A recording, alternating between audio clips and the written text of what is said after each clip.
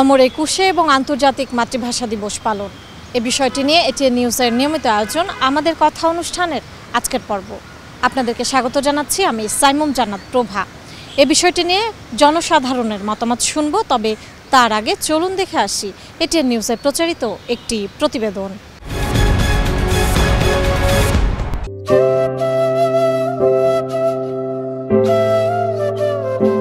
২২ ফেব্রুয়ারির দুপুরে তরুণদের রক্তে রঞ্জিত হয়েছিল রাজপথ, রং ধরেছিল পলাশে।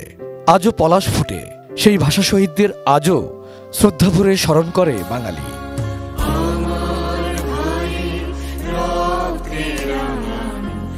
২১ প্রথম প্রহরে জাতির পক্ষ থেকে কেন্দ্রীয় শহীদ মিনারে প্রথমে পুষ্পস্তবক অর্পণ করেন রাষ্ট্রপতি মোহাম্মদ শাহাবুদ্দিন। ভাষা শহীদদের স্মৃতির প্রতি শ্রদ্ধা জানিয়ে কিছুক্ষণ নীরবে দাঁড়িয়ে থাকেন তিনি।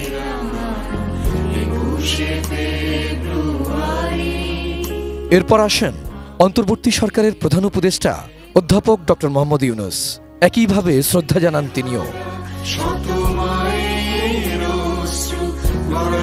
পরে প্রধান বিচারপতি, অন্তর্বর্তী সরকারের উপদেষ্টা পরিষদ এবং প্রধান নির্বাচন কমিশনার শ্রদ্ধা নিবেদন করেন।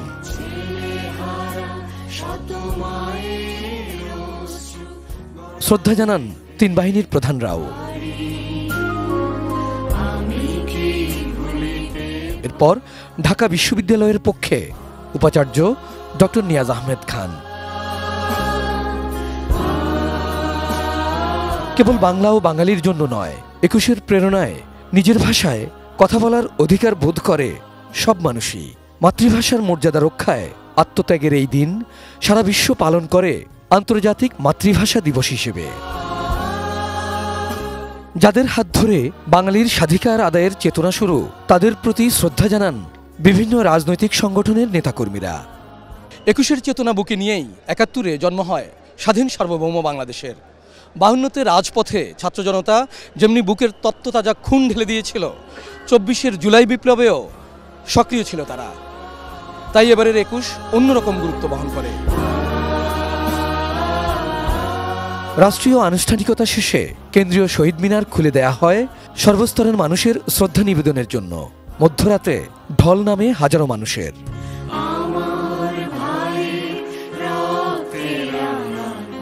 Abul Kalam Azad, ATN news, Dhaka.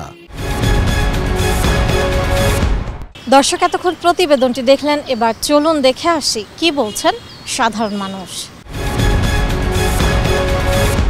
কোনো অনিয়ম বা কোনো ফ্যাসিস্ট বা কোনো কিছু ব্যত্যয় হবে, আমরা ২১ চেতনা থেকেই আমরা এটাকে নতুনভাবে মূল্যায়ন করব। এবং আমরা মনে করি যে কোনো বাংলাদেশি, আমাদের দেশের এমন কেউ নেই যে আমাদের এই ২১ চেতনার ক্ষেত্রে কোনো প্রশ্ন আছে।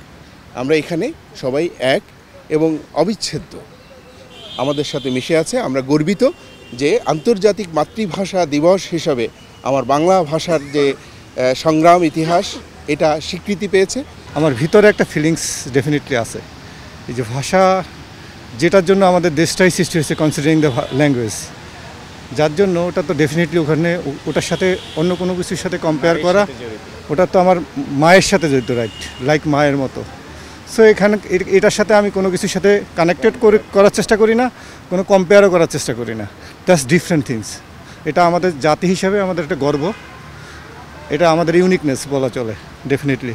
যারা আমাদের বাংলা ভাষায় কথা বলতে শিখিয়েছে, সেটা তো আমরা সালাম, রফিক, বরকত, এদেরকে তো আমরা কোনোদিনও ভুলতে পারবো না।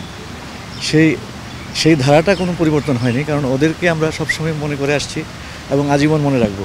কারণ তাদের আত্মত্যাগের বিনিময়ে আজকে আমরা স্বাধীনভাবে বাংলা ভাষায় কথা বলতে পারছি এবং সেই বাংলা ভাষাটা পৃথিবীর সব জায়গায় এটা আন্তর্জাতিক স্বীকৃতি পেয়েছে। সেটা আমাদের অনেক গর্বের বিষয়।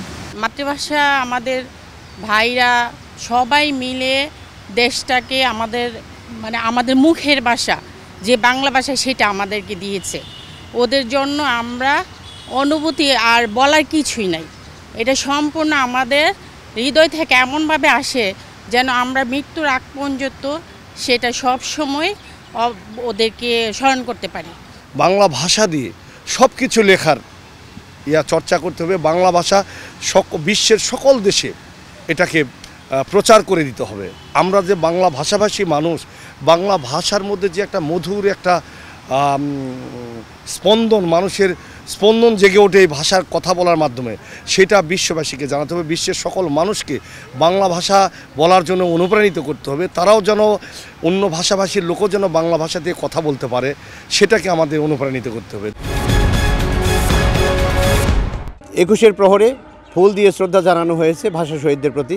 এ বিষয়ে আমি জানবো সাধারণ মানুষের অনুভূতির কথা। দর্শক, আমি মাজহারুল ইসলাম মাসুম আপনাদেরকে গাজীপুর থেকে নিয়ে যাচ্ছি সাধারণ মানুষের কাছে। ভাষার চেতনা থেকে বাংলাদেশকে উত্তরণের জন্য আমরা যে ভূমিকা নিয়েছি, বাংলাদেশ সরকার, বাংলাদেশের প্রতিটি জনগণ, পৃথিবীতে এমন কোনো দেশ পাওয়া যাবে না যে দেশের ভাষার জন্য মানুষকে রক্ত দিতে হয়েছে। বাংলা ভাষা একমাত্র ভাষা যা পৃথিবীর জন্য নজির বা দৃষ্টান্ত, যে ভাষার মাধ্যমে যে ভাষা অর্জনের জন্য মানুষকে রক্ত দিতে হয়েছে। 21 আমাদের চেতনায় এমন একটি জায়গা দখল করে আছে। 21 মানে মাথা নত না করা, 21 মানে অন্যায়ের বিরুদ্ধে প্রতিরোধ, 21 মানে সকল অপকর্মের বিরুদ্ধে রুখে দাঁড়ানো। যে কোনো অন্যায়ের প্রতিবাদে আমরা 21শে ফেব্রুয়ারি উদ্দেশ্যে নির্মিত শহীদ মিনারে গিয়ে আমরা প্রতিবাদ সমাবেশ করে থাকি। 21 বাঙালির চেতনার সঙ্গে অঙ্গাঙ্গিভাবে জড়িয়ে আছে। আমাদের যে আজকে স্বাধীনতা, আজকে যে আমরা স্বাধীন বাংলাদেশ, সেই স্বাধীন বাংলাদেশের ভিত্তি স্থাপিত হয়েছিল 1952-এর ভাষা আন্দোলনের মাধ্যমে। সেই 52-এর ধারাবাহিকতায় আমরা পরবর্তীতে 71-এর স্বাধীনতা সংগ্রামে জয়লাভ করেছি এবং পরবর্তী সর্বশেষ যে লড়াই, ফেসিবাদের বিরুদ্ধে লড়াই, 24-এর লড়াই, এই লড়াইয়ে জুলাই আগস্টের গণ অভ্যুত্থানও এই বৈষম্য বিরোধী চেতনার থেকেই এই ফেসিবাদের বিরুদ্ধে আমরা লড়াই করে সেই চেতনাকে ধারণ করে আমরা এই ফেসিবাদকে উৎখাত করেছিলাম। দর্শক, এই ছিল আমাদের কথা অনুষ্ঠানের আজকের আয়োজন। বিদায় নিচ্ছি আমি সাইমুম জান্নাত প্রভা। দেখা হবে আগামী পর্বে।